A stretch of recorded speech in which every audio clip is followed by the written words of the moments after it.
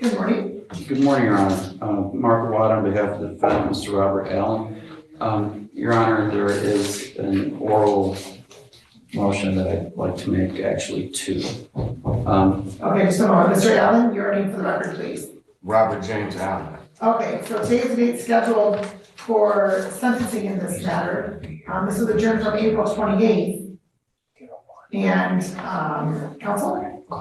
Yes, just so the court's aware, Your Honor, Mr. Allen did renew his medical marijuana card. He brought it with him. But the motion is, well, the first motion would be Mr. Allen would respectfully request the opportunity to withdraw his plea based on what I believe to be a perception of my ineffectiveness in representing him during the plea negotiations and his acceptance of the plea. He's, without breaking attorney-client privilege, he doesn't believe that I properly advised him. So the first motion would be to allow Mr. Allen the opportunity to withdraw his plea in the interest of justice if he so chooses. All the witnesses are police witnesses and all the evidence is captured on body cam and video. So I don't think the prosecution will be prejudiced. The second motion. Well, hold on. Before we move to the second motion, I'm not going to even consider an oral motion to withdraw a plea. That all has to be done right. So that the prosecutor has an opportunity to respond. Understood. Because this plea was taken on March 12th, so now we're over 2 months ago, and I need to be able to review the motion to determine whether or not that is something this court would grant. And counsel, your next motion. The second motion, Your Honor, would be, since there has been a breakdown in the attorney-client relationship, I would respectfully move to withdraw from the case so Mr. Allen could either secure new counsel or request court-appointed counsel so that they could properly file the motion. I don't know if they want to file against their hearing or anything, or if the prosecution would be in opposition to it. Okay, and so counsel, when did this all come about? Did it just come about this morning? We have been discussing it for a few weeks, and this morning it just came to a head that I can't effectively represent Mr. Allen anymore in line with what he believes to be his best interests as opposed to my conflict with what's happening here. Okay. I was retained in a candor with the tribunal. I was retained by a third party who did give me $2,000 to represent Mr. Allen. I proposed that I refund half of that to Mr. Allen at a minimum so that he could. You refund that to Mr. Allen instead of that to the third party? To the third party, but basically if they wanted to help him again, I can't in good conscience or refund all of the retainer. I've been down here several times and put quite a bit into this matter so far. So I will be refunding $1,000 to that individual. Okay, so my question is, counsel, if this was something that was a possibility, why there wasn't a written motion filed before this morning? I literally believed everything was fine when I was informed of the medical marijuana card, and that there was just the cold feet issues that some of my clients have, and until they give me like clear, unequivocal, I couldn't interpret. I didn't know, you didn't tell me I want to withdraw my plea in any other light than, okay, you're telling me you believe I was ineffective at this point, and what my thoughts were aren't in line with what his beliefs were during these last few weeks. So I do apologize. You're correct that if I knew, I should have filed a written motion, but we discussed it. I said I could withdraw as your attorney, you could find someone else and things like that without getting into the nitty-gritty of it, but it was my belief that the representation was still intact and we were on the same page. And I apologize for interrupting the proceedings earlier. That's when it basically... Welcome back to the courtroom, folks, and today's lineup is absolutely wild. We've got not one, not two, but 3 chaotic hearings all wrapped into one video. First up, a repeat offender sovereign citizen who thinks he can outlawyer the judge. Then, we meet a defendant who tries to rewrite Michigan law right there in open court, because apparently, Google searches outrank the legal code now. And finally, a self-proclaimed CPS Karen who accuses everyone of defamation, including the asterisk judge. Here's the twist. The moment this courtroom goes from legal argument to full-blown meltdown, it's not because of the law. It's because of ego.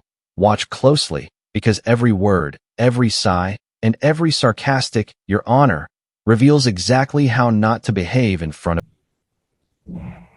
You have been to court a number of times with Mr. Alana, correct? Yes. And you've had opportunity to speak to Mr. Alana on a number of occasions, correct? Yes. And you also have had the opportunity to review discovery with Mr. Alana, is that correct? Yes. Okay, and Mr. Alana has been your attorney since January, and there's been a number of court dates that have been scheduled. In fact, you all were here April 28th, and we did not hold the sentencing because your client indicated that the CCH was inaccurate based upon what you had represented and requested time to adjourn that to revisit that issue. And it has been corrected by probation, Your Honor. Correct. Would that be correct, Mr. Allen? Yes. All that is correct, right? Yes. Okay, and so now here we are at the date of sentencing, and you want to have a different attorney, and you want to That's where things start heating up. The defense attorney, to his credit, is trying to keep things clean. He's asking to withdraw his client's plea because his client suddenly thinks his lawyer didn't do enough. That's already a red flag. You don't just feel your lawyer was ineffective 2 months after taking a deal. Unless, of course, you regret the deal itself. The judge's response? Spot on. Oral motions like this are a no-go because the prosecution has to be given a chance to respond. Translation: you can't just change your mind because withdraw your plea. I don't necessarily want a different attorney, but I want to withdraw my plea because I don't feel, first of all, probation ain't even part of the punishment for what I pled guilty to. I took the plea agreement thinking you were going to sentence me accordingly to what the first offense misdemeanor is for. Okay, so You're what is trying that, to put sir? me on So- probation and that's not even part of the punishment. Pause just 1 moment. What is it that you believe is the punishment for a first offense misdemeanor? MCL 750, whatever else it says on there, the punishment is only 93 days in jail, $300 maximum fine, community service, a 30 to 90 day license suspension, and up to 4 points on your license. I already got the 4 points. I already got the 90 day maximum suspension. I know you're going to charge me the $300 maximum fine. I feel like that's more than enough punishment for a first time misdemeanor offense. I've never been arrested for anything alcohol related in my life. I'm 48 years old. Never been in trouble in Wyandotte. You're trying to, the clean slate law is supposed to erase my whole record. You're not even supposed to be bringing up my past record on me. Not the probation department lady already lied on me, put stuff on my record I wasn't even convicted of, putting 12 to 18 months probation. That's not justifiable for punishment for what I did. What I did is, it doesn't even include probation for the punishment. Your Honor, Mr. Allen's statements to me was I did not disclose to him that probation was a possible sentence. And those Probation ain't part of the Stop punishment interrupting the though. record, Mr. Allen. So I want to pull my plea because Stop interrupting the record. Your attorney is speaking right now. Just 1 moment. And the attorney's basically waving a white flag. He's done. He's saying there's a breakdown in the attorney-client relationship, which is courtroom code for * my client won't stop arguing with me about nonsense that he's important to note. Attorneys can't just quit mid-case unless it's clear they can't represent their client ethically. And when your client thinks they know more than you, that's about as unethical as it gets for a defense strategy. The judge, however, is still calm for now. I do not recall telling him that yes, probation could be part of the court's sentence or that no, probation wouldn't be part of the sentence. I just assumed that Mr. Allen knew that probation could be part of the court's sentence. Okay. it's So not part of the law. I understand that, sir. Nevertheless, Your Honor, there has been a breakdown in this relationship and I can no longer in good faith continue this representation, Mr. Allen, not only for the defendant, protecting the defendant's interests, but also now my own interests because I'm in a position where I could be looking at a possible grievance if I continue representation at this juncture. Okay. Mr. Allen, Yes, ma'am. so you're telling this court that the matters that you have on your criminal record, that those have all been dismissed? No, I said I qualified for the clean slate. And here's where the lawyer actually does something admirable. He offers to refund half the retainer fee. That's a classy move and rare in situations like this. But make no mistake, this refund isn't out of guilt. It's out of pure frustration, because his client, Mr. Allen, genuinely believes he's found a loophole in Michigan's sentencing law. He's wrong, of course. Probation is an option for the court, and it's often used instead of jail time, not in addition to it.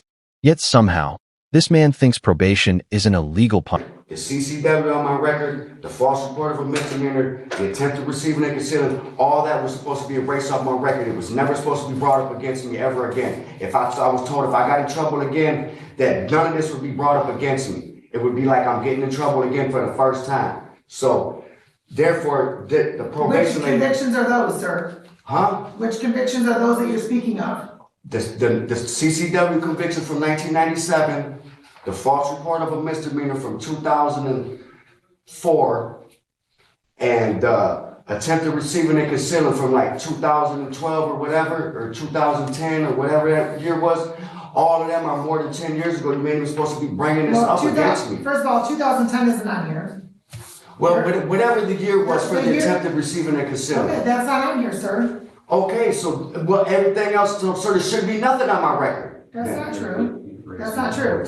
What? There shouldn't be nothing on my record Sir, then. you have a number of criminal convictions, more than just what you spoke of. And the clean slate law, there are certain convictions that are automatically wiped off per the Michigan State Police, from the Michigan State Police per that law. Yeah. Sir, the court is looking at some of these, and if You're trying to prosecute me for my past. Say it. Sir, the court doesn't prosecute. Here it comes, the classic. I read the law once, therefore I'm an expert defense. Mr. Allen, with full confidence, explains that probation isn't part of the statute for his offense. The problem? He's reading the statute like it's a fast food menu.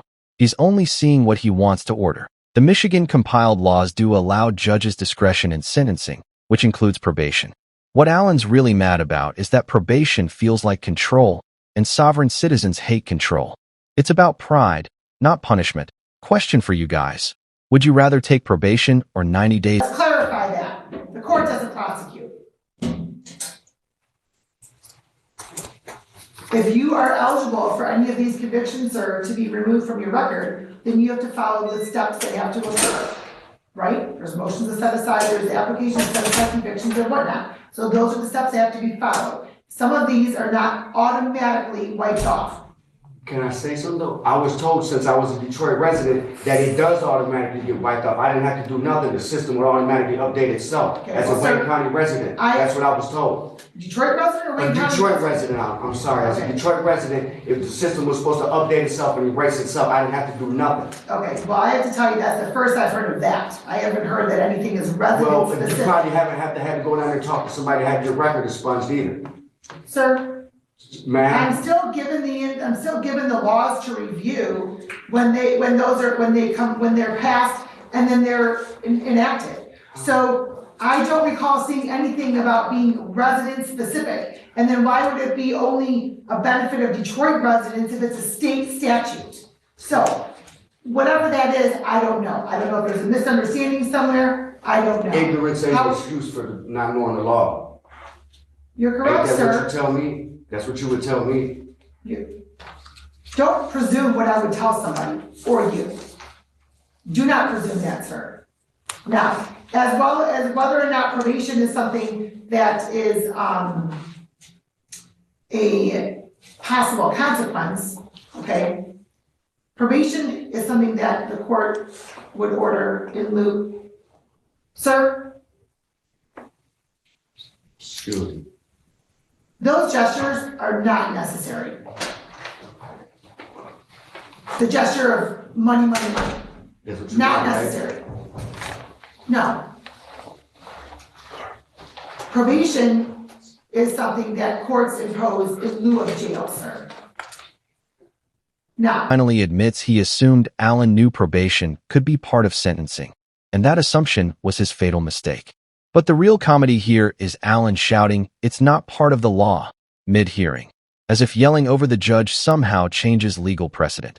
This is what happens when pseudo-legal YouTube gurus convince people they can outsmart the system with buzzwords. And in court, judges don't care about your YouTube citations.